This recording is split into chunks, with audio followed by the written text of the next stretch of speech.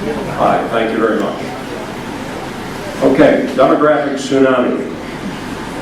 The ethical and social implications of immigration into the United States. These are personal observations.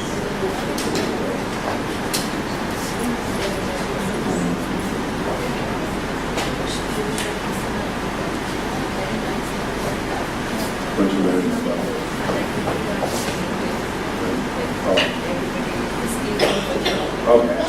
All right. Boilerplate. Okay. America is rapidly going through a massive demographic tsunami or a population shift. Actually, this has been coming on for decades, but right now it's coming to an accumulation or a head. The current U.S. majority of white, mainly European origin, Christian religions, almost a monoculture population is in a rapid decline. It's quickly being replaced by a rapidly expanding, multiracial, international, multi-religion, multi-ethnic, multicultural population, especially people that are Black, Hispanic, Asians, and Muslims.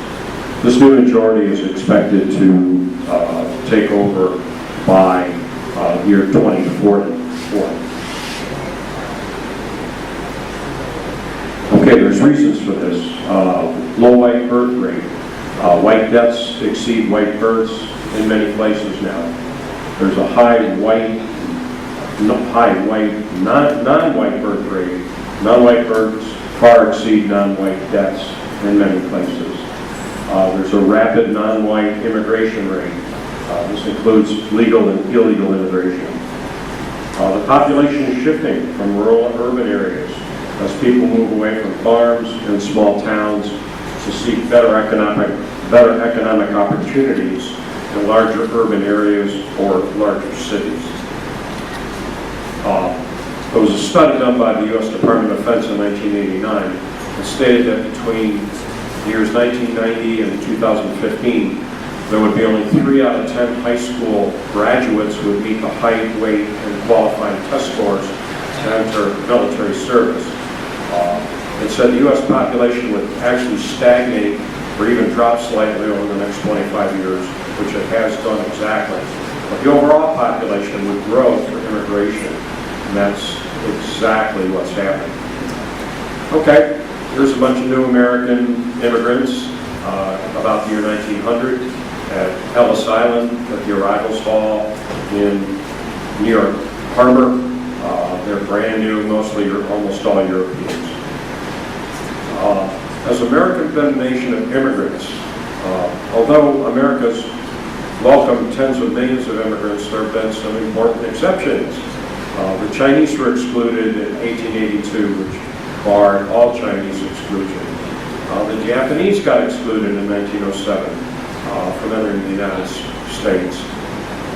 And then the National Immigration Act in 1924 set quotas for the first time, but they essentially barred Jewish people. And right now, Muslims from 6 countries are banned from the United States. Actually, there were 7. It was Iraq, but they took them off. Well over 200 years, anti-immigrant groups and individuals, usually racists, have said the exactly same thing to try to block new immigrants from entering the United States. 1, they'll steal our jobs. 2, they're a threat to our culture, depending on who the speaker's culture is. And 3, even if they don't steal our jobs, they'll do it at a lower wage rate and they'll pay us less money, so we have to compete. In a book, Our Crowd, of the Great Jewish Families, the book author mentions that actually during the Great European Migration to the United States in the late 1900s, early 20th centuries, approximately 1/3 of the people went back to Europe. So not everybody stayed in the United States. They either didn't like it or they didn't fit in or whatever, they couldn't find work or whatever. But about 25% of Americans can trace at least one ancestor to the arrival through Ellis Island, which was the main portal into the United States. Stupid white men, we got a lot of those. The white male population has seen a rapid actually should be a decrease, or I'm sorry, an increase in the death rate, especially due to a lot of different reasons that include alcohol abuse, binge drinking, alcoholism, all sorts of accidents, boating, guns, motorcycles, doing stupid, dangerous stunts, suicide, mental problems, emotional problems, drug use, drug overuse, obesity, overweight, chronic diseases like diabetes and depression, also spousal and child abuse, domestic violence, and murder-suicide, road rage. So the primarily white male population is wiping itself out. Ah! It's a Taliban commander. Oh my God. Actually, it's a senior Taliban commander. The right-hand man of the late Mullah Omar, the head of the Taliban. Oh wait a minute. Let me look at this picture. Oh, it's me. This was taken in August of 2007 on an agricultural fair. I'm dressed as a Taliban commander, or disguised as a Taliban commander, so I can sneak into the fair. I'm surrounded by about 3,500 Taliban and about 3,500 locals. See the pen in my vest pocket or my waistcoat pocket? That means I'm literate. That tells the locals I can read and write. If I didn't have a pen, I couldn't read or write. So I was a hit. The local population ran away from me screaming. The local Taliban troops were asking my interpreter, who's the new commander? And the Afghan Army intel guys were snapping my picture left and right dozens of times. So I'm probably up on the status board in Kabul, still up there. So that was a lot of fun. I did that one day. Okay, stupid white men too. There's a lot of personal problems white people, especially white men, have that are aggravated by a number of reasons. Low socioeconomic status, lack or no marketable job skills, lack or undereducated or no education in high school, lack of local job opportunities, peer pressure or social pressure, and low self-esteem or low self-confidence. All right, here's a bunch of children that have also just landed at Ellis Island about the year 1900, right off the old banana boat, as we used to say in America. So they're being ready to be processed to the Americans. White male stupidification continues. Classroom grades in high school and colleges and universities are at an all-time high. The GPA, the high school grades, almost all of them are A's. But the college-based entrance examination scores on a national level are at an all-time low. In fact, they made the test easier and easier, but the scores keep falling. That means all the grades are inflated, which means the grades are useless or meaningless. The problem is there's social promotion in grade school. Whether you pass or not, doesn't matter. You're promoted along with your classmates. Nobody gets left behind, so they can just get rid of you. Different people, lady from Africa, another man from Serbia, I believe, also about 1900, a new immigrant to the United States. This is what the United States is doing to children right now. They're jailing them. They're separating them from their families. They throw them in a cage, and then they send their parents to another holding facility in their jail or cage. Oh, this guy's got to be Al-Qaeda, definitely. Oh, wait, that's me again. Here I am dressed as a Pashto elder. I'm in the Grand Mufti's office. This is spring of 2007. Actually, the Grand Mufti just came back to Afghanistan in 2007. He lived in the United States for 30 years in Omaha, Nebraska. In fact, his family still lives there, and he's handing me a Quran because I've just declared that I'm a Muslim in Afghanistan, even though I've done it in like 5 or 6 other countries, so he thought that was a nice idea. So he gave me a nice car, and so I'm a Muslim.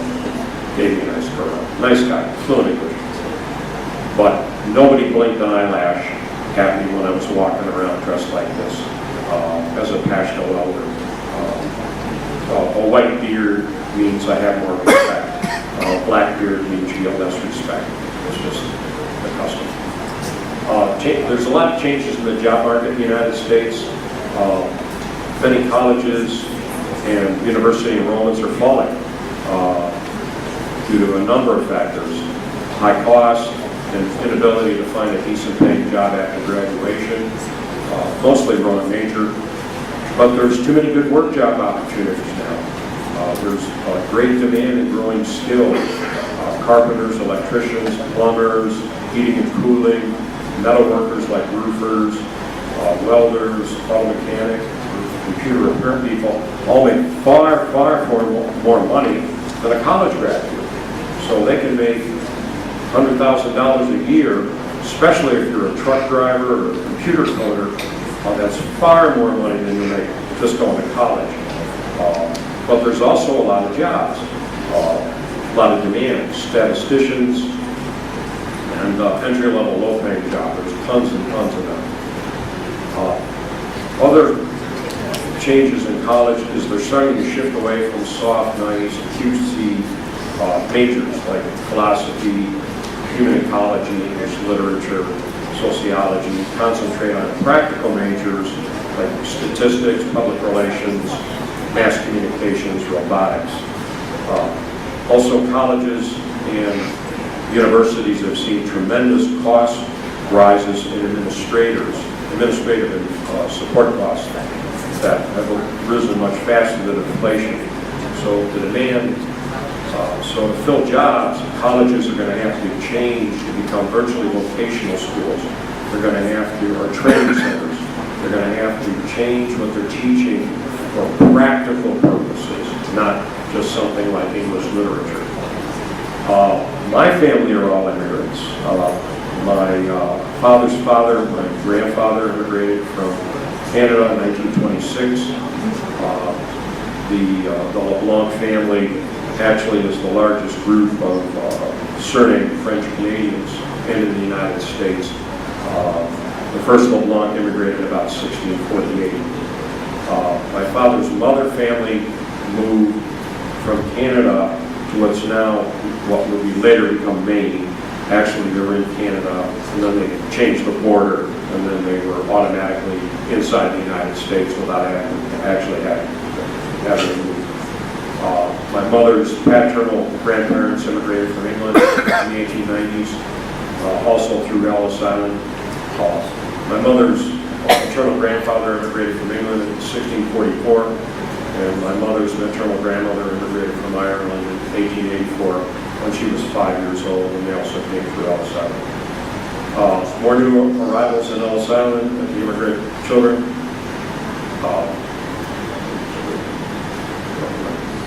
Okay, here I am schmoozing with the Grand Mufti again.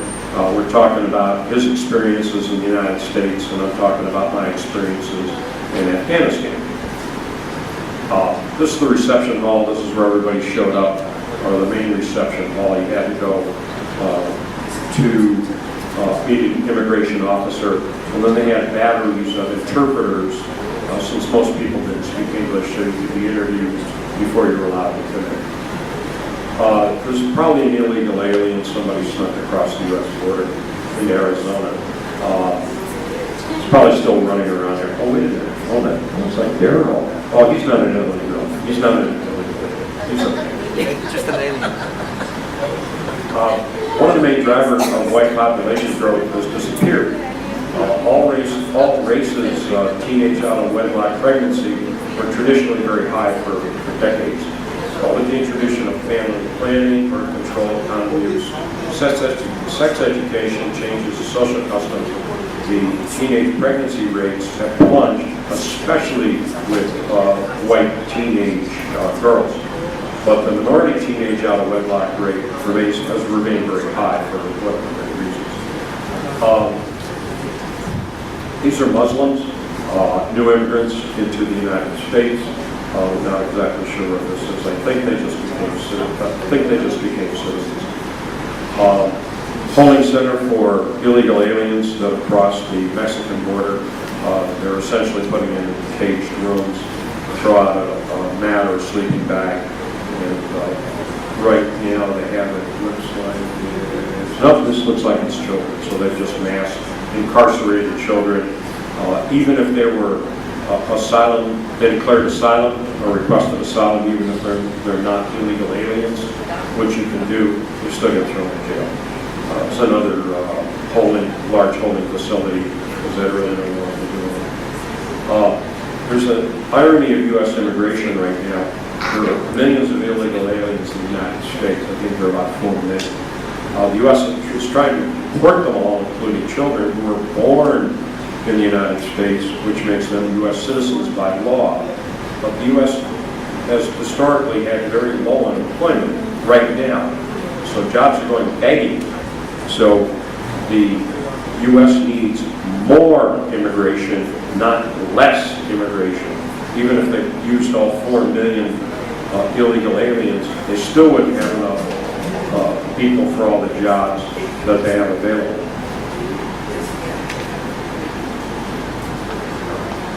Okay, this is my daughter, Miss Lou Jane Jasmine, and her best friend and her classmate from Saudi Arabia, Miss Yara. They're selling food, or at least they were selling food, sandwiches that sold out fast because I guess they were delicious. And my son, Yusef, that's his nickname, he's having breakfast. My daughter is 6. My son, no, I'm sorry, my daughter is 8 and a half, and my son is 6. Yusef is, of course, nickname for Joseph, which is actually my grandparent, both my grandparents' father's first name, so we're kind of like that. Shar didn't speak very much English, but since she's been hanging around my daughter, her English has gotten much, much better. And my daughter's Arabic has gotten much, much better. Again, more illegal aliens being locked up, incarcerated somewhere on the border. This is actually me, not dressed as a Taliban or an Al-Qaeda. I'm on top of the central donjon of the fortress at Kala-i-Bas in South Afghanistan. This is in the spring of 2007. The gateway behind me that's bricked up is the Gate of Victory. That was the central entranceway into the fortress, which is huge. The fortress had been there for 2,000 years, but Genghis Khan, when he invaded Afghanistan in about 1220, came and smashed the whole mud brick fortress to pieces. You can still see pieces of pottery and whatever was there still left on the ground untouched after 700 years. This is the reverse angle before they bricked up the interior. This was from the National Geographic in 1968. So you can see in the background the central donjon, that's where I'm standing at the highest point. And then the walls are just crumbling from the occasional rain. Mud brick doesn't stay together very well. More illegal aliens, at least they have ties on. They're a little more presentable. Wait a minute, well, that looks like Daryl and me. I think this is from Turkey. I think we were having fun at another conference.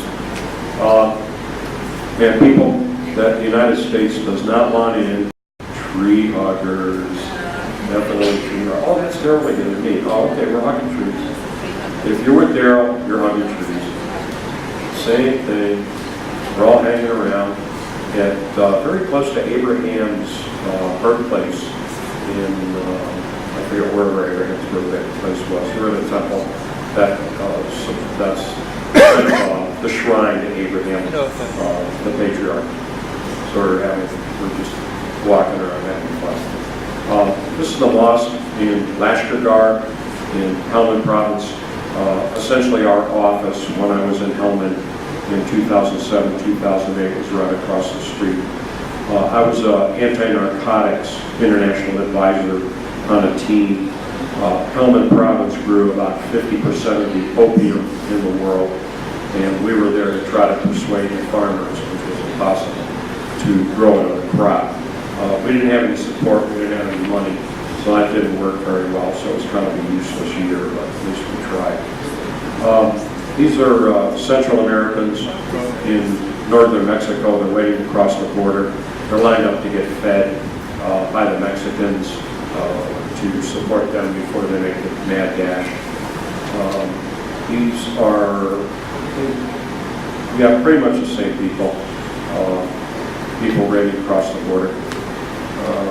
Same thing, Mexicans lined up, waiting for their chance to make the break. This is actually taken by Daryl. It's my wife, Leonard, on the, she's smiling on the left, holding, that's my daughter. We were interns at UNESCO on Neil and Gown. Every time the interns rolled out or changed over, Daryl would throw a party in Bangkok, and he would pay, invite everybody over there. So this is our wrap-up dinner, and Daryl usually had about 50 or 60 interns. Everybody else had like 2. So we were, that was one of the periodic dinners that we had. Islam is the fastest growing religion in the United States. Muslims are the fastest growing group of immigrants to the United States. There's no question that they're growing very, very fast. Another Islamic Jihad picture from, here I am, I'm ready to get on the Chicken Street, which is the touristy street where you can buy touristy stuff. So when I went down there the first time, I was dressed as like I am right now, and I was mobbed by Afghans. Everybody had a sick relative, everybody had no money. Just had 100 people surround me, bugging me for cash. And I said, hey, I'm not doing that again. So I dressed as a Pashto elder. I'm with my bodyguard on the left, I'm with my driver to the left of me, my interpreter is on the right. So we went down, since I only have one bodyguard, that means I'm a fairly important person, so people are not going to mess around with me. I walked around, did my shopping, nobody blinked an eyelash at me, everybody thought I was an Afghan. Conclusions, America's always been stronger with immigration and not with exclusion or expulsions. The old white America declines quickly, and a new multi-ethnic America will rise, but won't look the same demographically. The multi-ethnic, multicultural, and multi-religious, multi-racial America will be dominant very soon. In some places it already is. So I expect a lot of turmoil in the transition because Americans aren't ready for such very heavy immigration, such a very dramatic shift. Not only with immigrants, but with jobs, with universities. A lot of things are changing very fast. The old industries are going away. The old ways of doing business are going away. America is definitely not ready for the changes that are happening today. But that's not my problem. This is Hawaii Day, just before we left for Thailand. My daughter is right here.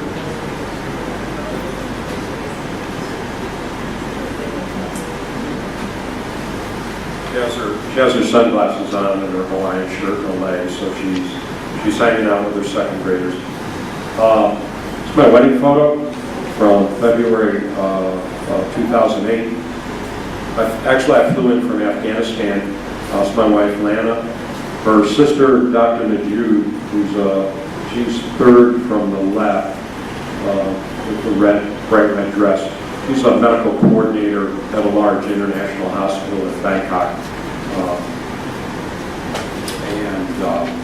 So we had, my wife said under traditional Muslim tradition, everything is done for the husband and nothing is done for the wife. The wife just shows up because they need a bride.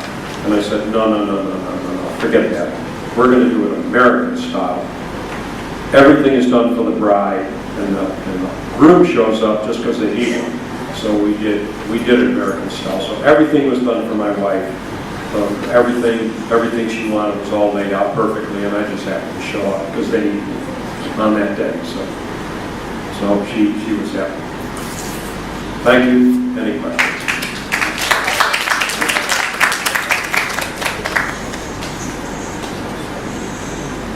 Thank you, Len. Any questions? People and aliens like myself? Anybody like to ask a question?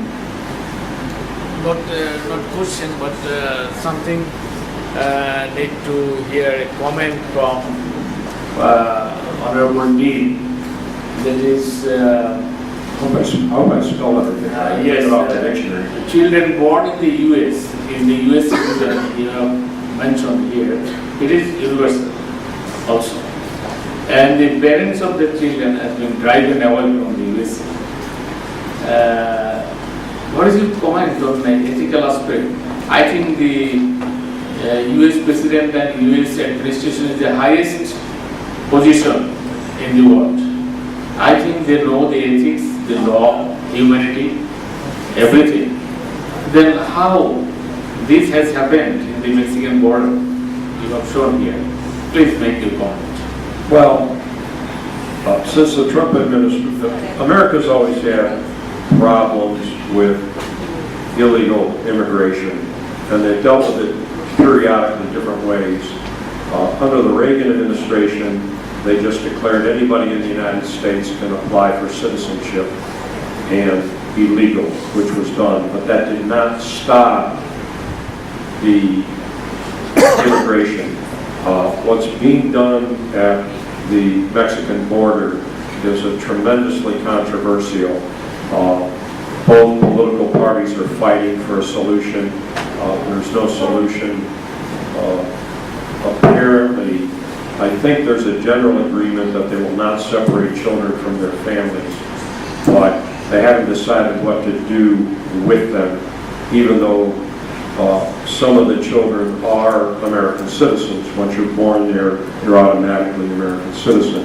But if you're a child, your parents still have legal custody of you, and if you're illegal, then apparently the law reads that your children are illegal even though they're U.S. citizens. They have no right offhand to go to court to fight.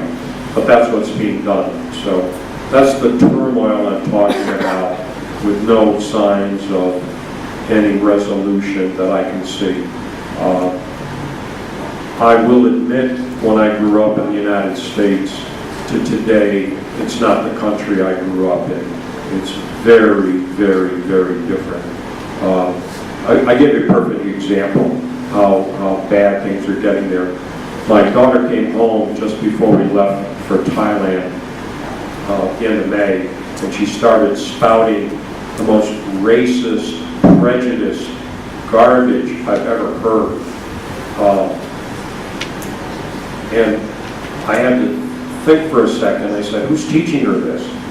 Well, the only people that are teaching her are her classmates who are 8 years old. Well, who are teaching them? Their parents. So we had we've had several long talks about skin color and racism, genes, and what it's like the way that I was raised. I was raised in a household where you treated people the way you wanted to be treated. My parents never said a single thing against any group. That you treated people with respect. You were expected to be treated with respect no matter who you were or where you were or what your skin color was. And my Lena, without going into a lot of details, her family is from many places, including South Asia, Africa, Central Asia, Saudi Arabia, Middle East, Caucasia. So she has a very wide mixed genetic history, as I do. I found out my ancestors were at least 6% Jewish, which I had no idea that was possible. And also from Eastern European nations and the Mediterranean, which was not a shock, but I really didn't expect that, since I know my family was been in France for at least 400 years from the genealogy. So I think I've convinced her that you need to treat people with tolerance and don't listen to anybody doing your thinking for you. That skin color is the same as eye color. can't change it. It's virtually unchangeable, but that doesn't mean anything. It's the content of your character which is what is important. And anything else is just stupid stuff. So Leonard and the children are very, very anxious to get back to the get back to Thailand, which is a very multicultural country and has welcomed foreigners as far as the foreigners have shown up 400 years ago when the Portuguese showed up. Thank you. I think next, please. Sorry, I didn't see you before. Okay, I'm Dr. Fazlelagi from this institute. Yesterday, I heard you tell us about the immigration, the climatic cause and political immigration and all these things. So today, this is about the same thing, but this kind of a matrix that you are giving today of mass movement of people. When a group of people immigrate to some other place, the indigenous people face some problems because these are different type of people, different cultures, religions, perhaps. That's what just you have said. And the difference is that you have measured it in terms of death rates and so on and so forth. But in our country, say, for example, the Rohingyas coming there, our indigenous people have already started to feel the problem of the pressure. And there are two different cultures meeting together, probably taking a long time to settle down. And in our social structure, it's very difficult to even measure what you have measured. Now this movement, whatever the cause is, how communities like us can handle it, do you think? That's, I want to have your comment on that. Well, I've said many times, because I've lived in so many countries and visited so many countries, even if I lived there for 100 years, spoke the language, became a citizen, no one would ever consider me to be a Bangladeshi if I were here. But in America, it's the only place I've ever been where there is tremendous social pressure to integrate into the American society. People's expectations are you'll learn the language, the customs, the culture, how to do things, taboos, everything, as fast as possible. So there is no slack, there's no time. You don't have time to think. You're being integrated from every angle into how Americans do their business, how they live, what they do. So that's why Keiko mentioned that about the Japanese that have come to America and have dropped their Japanese-ness. As each generation is born, yes, they become more Americanized, some cultures faster than others. It's, in general, Americans are tolerant as far as that goes of accepting other people, but there's definitely racism has come up quite a bit. Your problem with the Rohingya is both historical and geographical. There are people that nobody wants, but they've lived in the area for centuries, and of course the boundaries have changed. I don't have a solution for that one.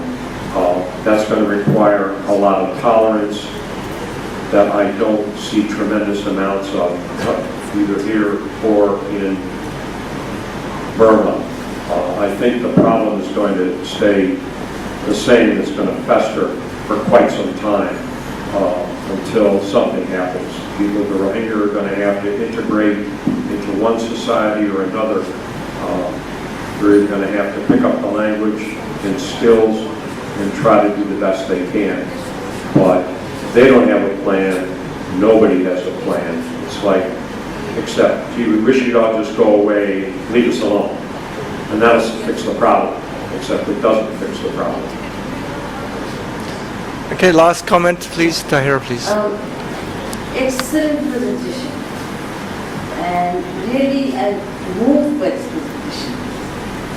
The only thing that I would like to share with you, all of you, is not any big plans, nothing big, but what is the essence, the quantum of human rights, the quantum of human rights, the basic of human rights, only one.